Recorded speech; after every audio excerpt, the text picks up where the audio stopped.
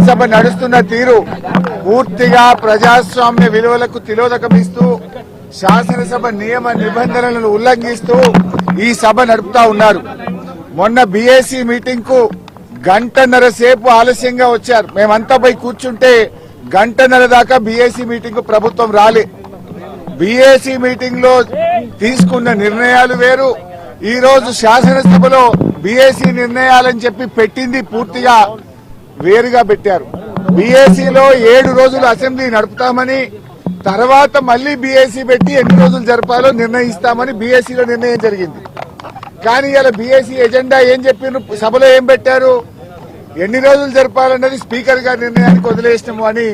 అంటే బీఏసీలో తీసుకున్న నిర్ణయాలను కూడా తప్పుదో పట్టిస్తూ సభను తప్పుదో పట్టించారు. ఇక సభ నడిపే తీరైతే పూర్తి అధ్వాన్నంగా ఉంది. ప్రధాన ప్రతిపక్షానికి మాట్లాడే అవకాశమే ఇవ్వడం లేదు. మూసీ మీద చర్చ జరిగినప్పుడు మేము కొన్ని ప్రశ్నలు సంధించాం. ఏ ఒక్క ప్రశ్నకు ప్రభుత్వం సమాధానం ఇవ్వలేదు. ముఖ్యమంత్రి గారు వచ్చి అడ్డగోలుగా గంటన్నర సేపు ప్రశ్నోత్తరాల సమయంలో మాట్లాడారు. మీరు మూసీ మీద అంత చర్చించాలనుకుంటే షార్ట్ డిస్కషన్ పెట్టండి, ఇంకో రోజు డిస్కషన్ పెట్టండి, ఎంతసేపు అయినా మాట్లాడదాం. కానీ ఇక్కడ 10 క్వశ్చన్లు ఉన్నాయి, క్వశ్చన్ అవర్ ఉంది, ఇది సభ్యుల హక్కు, ఇది ఎక్కడిది అంటే ఆయన నోటికి హద్దే లేదు.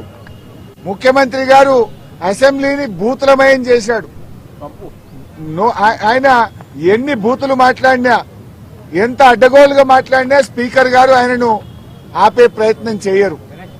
ఇలా మేము ముఖ్యమంత్రి గారు మాట్లాడిన వ్యాఖ్యల మీద మేము ప్రొటెస్ట్ చేస్తాము, మా యొక్క సూచనలు ఇస్తాము అంటే అసలు మాకు మైకే ఇవ్వడు. మాకు మైక్ ఇవ్వకుండా ఇంకొక విపక్షానికి మైక్ ఇచ్చారు, సంతోషం. మరి ప్రధాన ప్రతిపక్షానికి మైక్ ఇయ్యారా? అంటే మీరు సభ ఏంది, బీఆర్ఎస్ పార్టీకి మైక్ ఇయ్యము, బీఆర్ఎస్ పార్టీ మాట్లాడొద్దు అనే పద్ధతి ఉంటే మరి మేము సభకు ఎందుకు రావాలి? పైగా మేము పోరాడి మైక్ తీసుకుంటే మీరు ముఖ్యమంత్రిని విమర్శించొద్దు అంటాడు. ఇదెక్కడి పద్ధతి? అంటే ఇలా రాహుల్ గాంధీ గారు పార్లమెంట్ లో ప్రధానమంత్రిని విమర్శిస్తలేరా? రాహుల్ గాంధీ గారు ప్రధానమంత్రి మీద మాట్లాడతలేరా? మరి మేము ముఖ్యమంత్రి మీద మాట్లాడకపోతే సభకు రావడం ఎందుకు? మేము ఏదైనా ప్రజా సమస్యలు, ప్రజల గురించి ప్రభుత్వాన్ని ప్రశ్నించడమే ప్రధాన ప్రతిపక్షం బాధ్యత. అసలు ముఖ్యమంత్రి గారు ఏం మాట్లాడండి? అలా మూసీ నది కంపు కంటే ముఖ్యమంత్రి గారి మాటల కంపు ఎక్కువైపోయి ఇలా మూసీ ప్రక్షాళన కంటే ముందు ముఖ్యమంత్రి గారి నోరు ప్రక్షాళన చేయాల్సిన అవసరం ఉంది. శాసనసభను ఆయన ఒక గాంధీ భవన్ గా, ఒక సిఎల్పి మీటింగ్ లాగా మార్చారు. శాసనసభలో ప్రతిపక్షాలు అడిగిన ప్రశ్నలకు ప్రభుత్వం సమాధానం చెప్తుందా? విపక్షాల మీద అదే సొల్లువాగుడు, బయట మాట్లాడిందే, గాంధీ భవన్ లో మాట్లాడిందో, సిఎల్పి మీటింగ్ లో మాట్లాడిందే, పబ్లిక్ మీటింగ్ లో మాట్లాడిన సొల్లువాగుడే అసెంబ్లీలో వాగుతారా? దీనికోసమైనా అసెంబ్లీ సమావేశాలు పెట్టింది. నేను సూటిగా అడిగిన, మూసీకి తెచ్చే నీళ్లు కాళేశ్వరంలోని మల్లన్న సాగర్ ప్రాజెక్టు నుంచే తెస్తున్నారా అని అడిగాను, సమాధానం లేదు. మూసీకి మేము వ్యతిరేకం కాదు, మూసీలో పేదల ఇండ్ల కూల్చివేతకు వ్యతిరేకం. ఆ పేదలకు 2013 చట్టం ప్రకారంగా డబ్బులు ఇచ్చారా? ఇస్తే వివరాలు చెప్పండి అని అడిగాం. ₹1 ఇవ్వలేదు.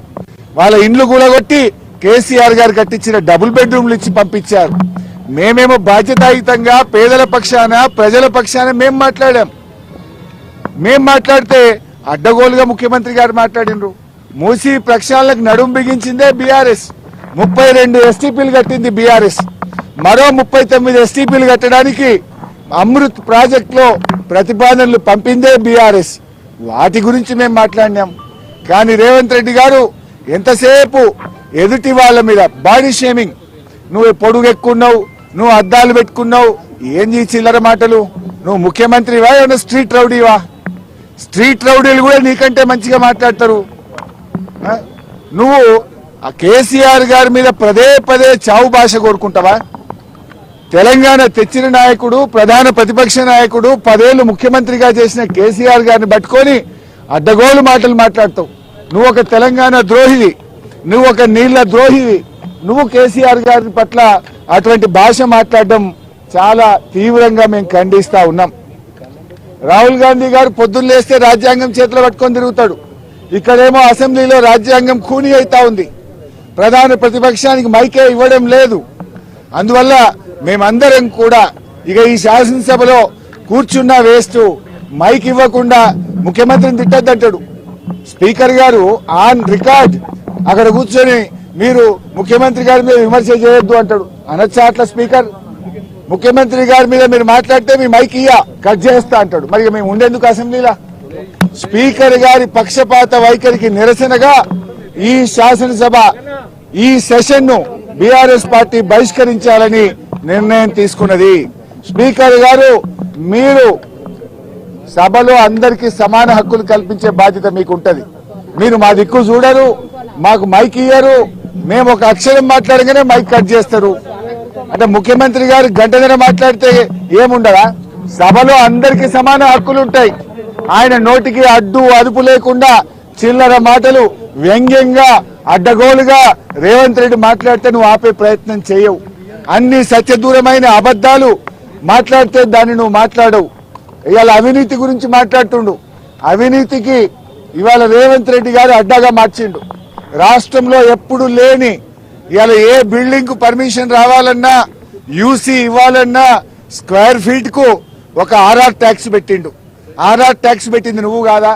హైదరాబాద్ లో ఏ బిల్డర్ని అడిగినా బిల్డరు చెప్తారు కదా, యూసీకి ఎంత తీసుకున్నావు, లేదా బిల్డింగ్ పర్మిషన్ కి ఎంత తీసుకున్నావు, ఫైనాన్స్ లో బిల్లులు రావాలంటే 30% కమిషన్, ల్యాండ్ కన్వర్షన్ కావాలంటే 30% కమిషన్. ఈయన ఇంకా పైగా అవినీతి గురించి మాట్లాడుతుండు. అసలు నీకు మాట్లాడే నైతికత ఉందా? ఈ రాష్ట్రాన్ని అవినీతిమయం చేసినావు. ఫైల్ కదలాలంటే ఒక రేట్, పని కావాలంటే ఒక రేట్, అన్నిటికీ అఫీషియల్ గా కరప్షన్ కు కూడా ధరలు నిర్ణయించిన నువ్వు మా గురించి మాట్లాడతావా?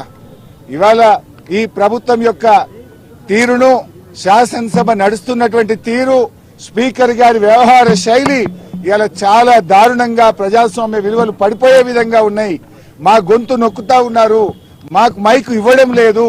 సభలో ఏకపక్షంగా నడుపుతున్నటువంటి తీరుకు నిరసనగా, ఈ ప్రభుత్వానికి వైఖరికి, స్పీకర్ గారి వైఖరికి నిరసనగా ఈ శాసనసభ సమావేశాలను బీఆర్ఎస్ పార్టీ బైకాట్ చేస్తుంది.